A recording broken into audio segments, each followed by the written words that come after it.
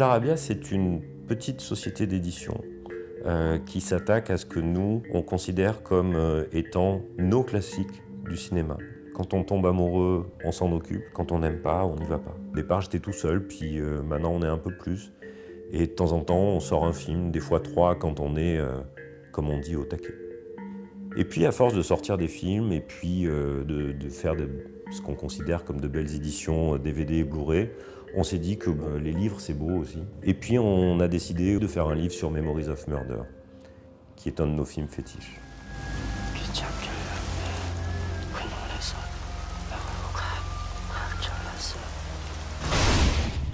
J'ai essayé de travailler avec le réalisateur à maintes reprises, et là, en discutant, je lui ai dit « tu sais quand même, Memories of Murder, c'est le film que tu as réalisé que je préfère. » Il me dit « mais tu sais que je l'ai remasterisé en 4K ?»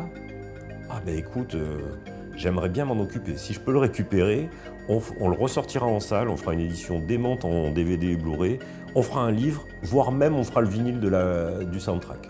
Chez nous, on aime vraiment les films. Évidemment qu'on aimerait gagner de l'argent avec. Mais la démarche avant tout, c'est de se dire, voilà, c'est une œuvre qu'on aime, comment est-ce qu'on peut lui donner le meilleur traitement possible? Et on essaye toujours d'avoir les meilleures remasterisations possibles, les photos les plus inédites, les compléments les plus exclusifs. Et on prend le temps. Il paraît qu'on va pas assez vite, mais pour faire les choses bien, il faut du temps. Le livre va voir le jour le 5 décembre. Et le vinyle, on va le faire aussi, puisqu'on a réussi à négocier avec Taro Iwashiro, le compositeur, avec l'aide de Bong Joon-ho, qui nous a dit « si vous faites un vinyle de la qualité dont vous m'avez parlé, je suis partant ». Comment on peut avoir la plus belle qualité audiophile? On n'a qu'à le masteriser à 45 tours. Ça fera 2 vinyles au lieu d'un, mais quand même en qualité sonore, c'est assez dément. Donc là, on s'est dit, bon, qui pourrait nous faire un remastering digne de ce nom? On va chez Abbey Road, Sean Maggie est top, faisons-le avec lui. Une fois qu'on avait terminé ce mastering, on s'est dit, où presser? Quel est le meilleur presseur en Europe?